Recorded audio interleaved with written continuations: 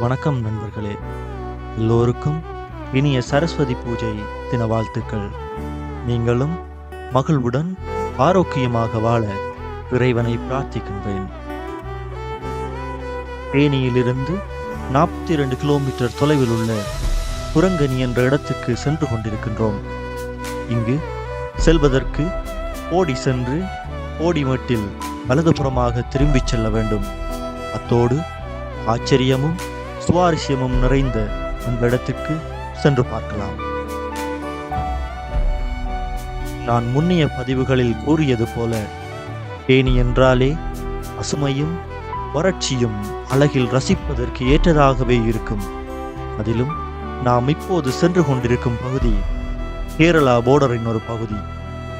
இப்பகுதிகள் எங்குமே பச்சை கம்பளம் விரித்தது போன்று பச்சை பசேலென காணப்படுகின்றது. நானும் ஏராளமான இடங்களுக்கு சென்றிருக்கின்றேன்.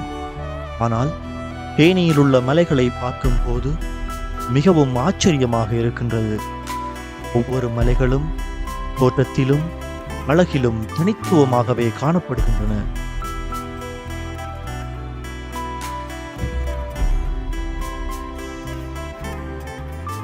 மலைகளை தழுவிச் செல்லும் மேகங்கள் ஒவ்வொரு மலைகளின் அமைப்பு, அத்தோடு இணைந்து மேடு பள்ளமாக காணப்படும் பகுதிகள், மேலும் செல்லும் வழியில் காணப்படும் கிராமங்கள் என மிகவும் அருமையாக காட்சியளிக்கிறது.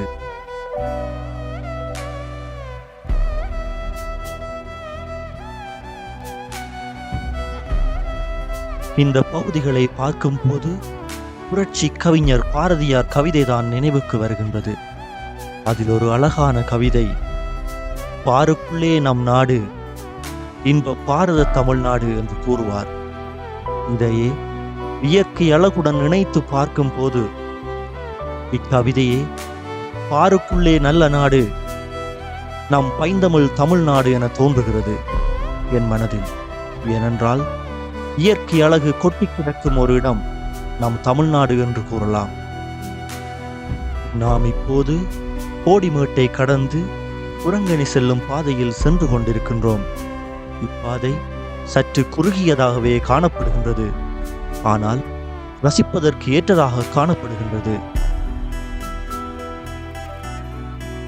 பசுமையான நிலப்பரப்புகள் ஏராளமாக காணப்படுவதால் ஆடுகள் மற்றும் மாடுகள் தம் பசியை போக்கவும் இளைப்பாறுவதற்கு ஏற்ற இடமாகவும் இப்பகுதி காணப்படுகின்றது.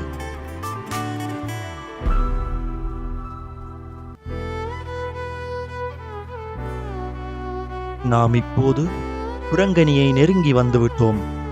அதோ குரங்கணியில் உள்ள கிராமம் மலையின் உச்சியில் எவ்வளவு அழகாக இருக்கின்றது.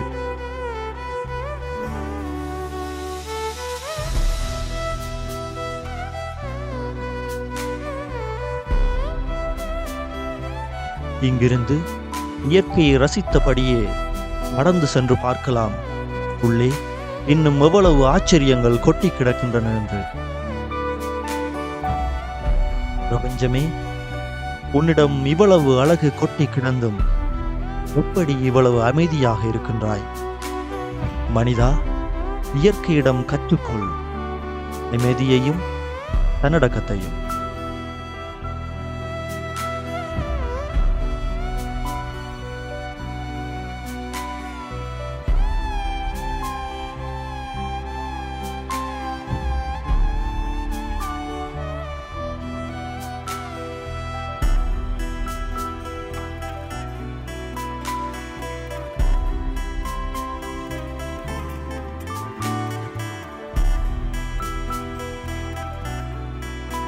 இப்பகுதியின் ஒரு பகுதியில் உருவாகி வரும் ஒரு நீர்வீழ்ச்சி இப்பகுதி மூலம் ஆறாக செல்கின்றது. ஆனால் இங்கு சற்று நீரோட்டம் குறைவாக காணப்படுவதால் இப்பகுதி ஒரு சிறிய ஓடையாக காட்சியளிக்கின்றது.